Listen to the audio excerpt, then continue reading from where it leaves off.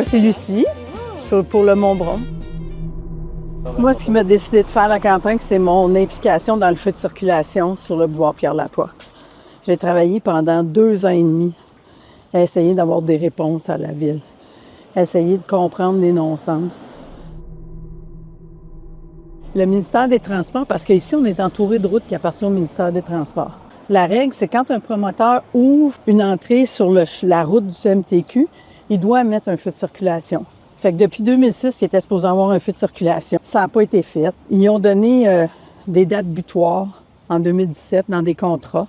Ces dates-là n'ont jamais été respectées. Il y avait des conséquences, ça n'a jamais été fait. La Ville a accepté la rue telle quelle, sachant qu'elle n'était pas conforme, puis il fallait qu'ils installent un feu de circulation, puis ils ne l'ont pas fait.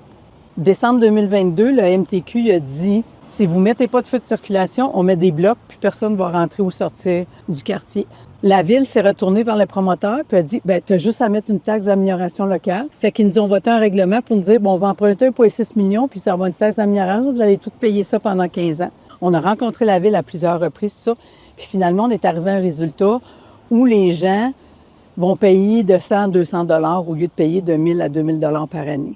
Alors, moi, je pense que c'est un dossier qu'on a réussi à avoir, mais à travers ça, il y a eu de l'opacité à la Ville, on a posé des questions, comment ça se fait que les délais n'avaient pas été respectés, qu'est-ce qui s'était passé, on n'a jamais eu de réponse. Fait que c'est toujours comme ça.